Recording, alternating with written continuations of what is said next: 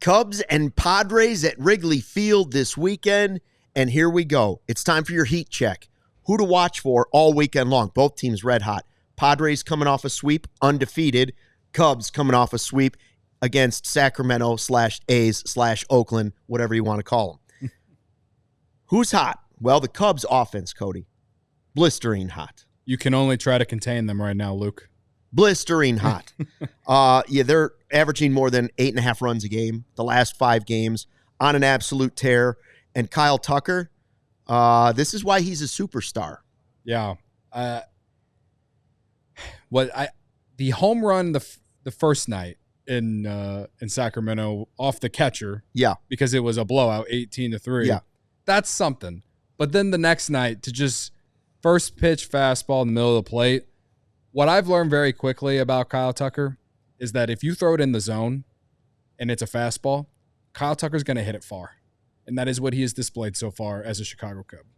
Seiya Suzuki almost as hot. And you know what else you learned from this? Whatever happened in spring training, whatever happened in Japan, forget about it.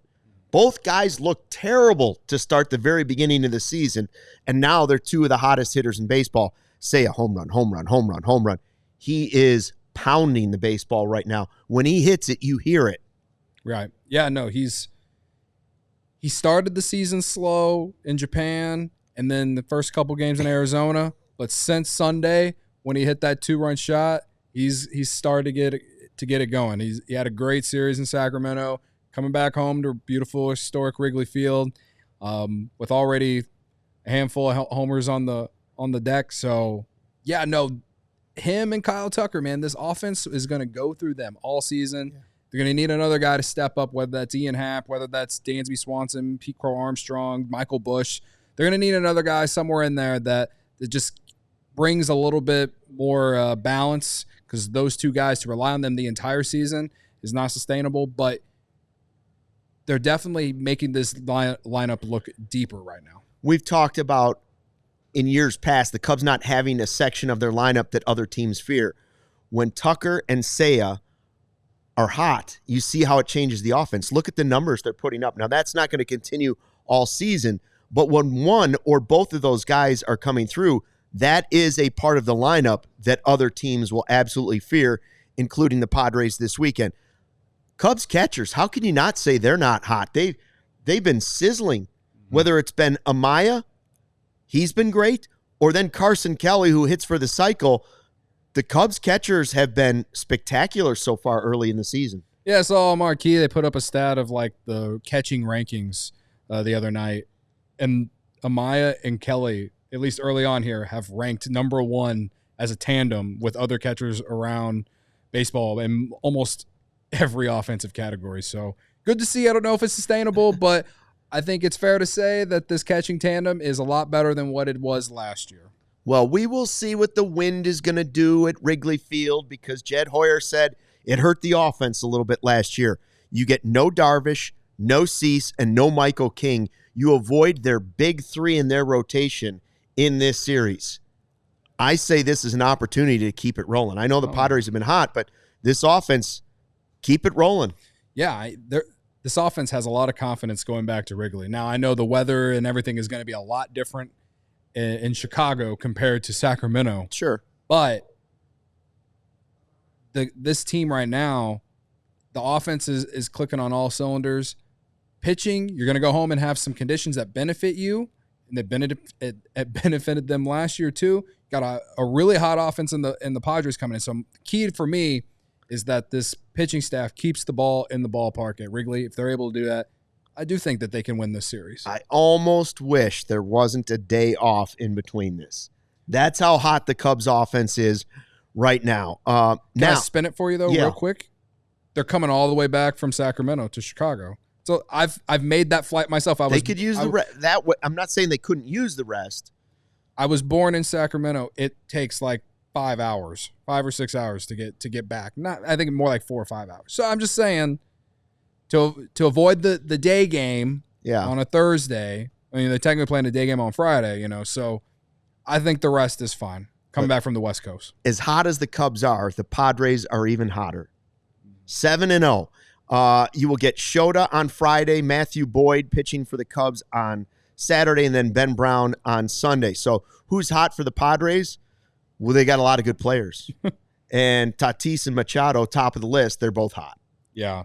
I was looking at Tatis's numbers. As of this recording right now, he had a 202 WRC plus in these first 7 games. Absolutely ridiculous stretch. And my thought about him has always, these last handful of years especially, is that when healthy, he's one of the best players in the league. Hasn't been healthy the last couple of years, plus being suspended because of PEDs. He's kind of had some ups and downs. Had a great playoff run last year. He's off to a great start this year. If he's healthy, I wouldn't be surprised if he's in the MVP race. Jackson Merrill's the other one. Like a great young player in baseball, somebody you want to watch. You hope he's not playing against your team.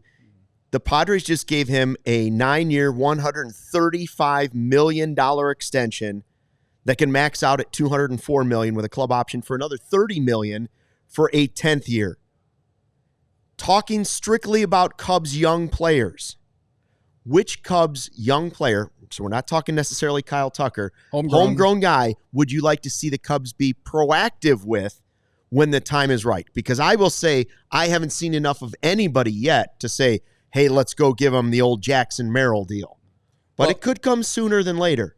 Let's just remember Merrill, I believe, I don't think he started last year with the team, but obviously won Rookie of the Year last year, super young, a star in this league.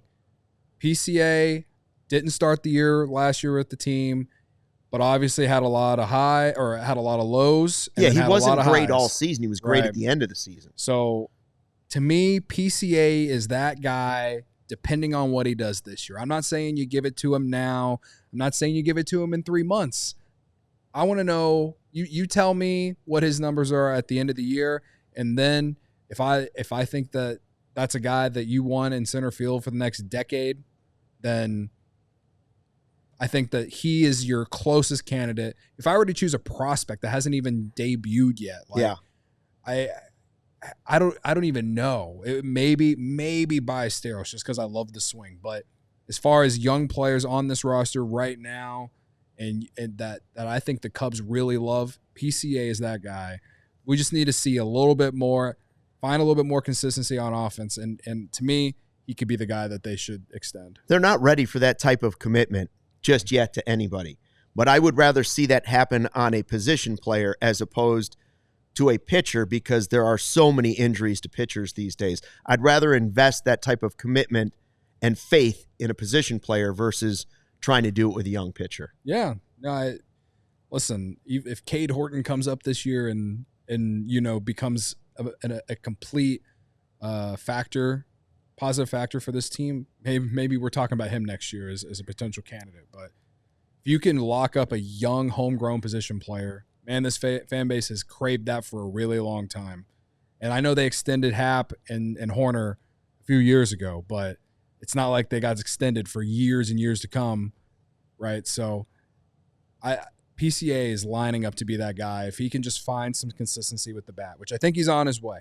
But I think it'll be a little bit of a roller coaster again this year for him. The last thing I'll say about this is you are the Chicago Cubs. You don't have to start thinking about saving money yet. Yeah. Let's just leave it at that. You're still the Chicago Cubs.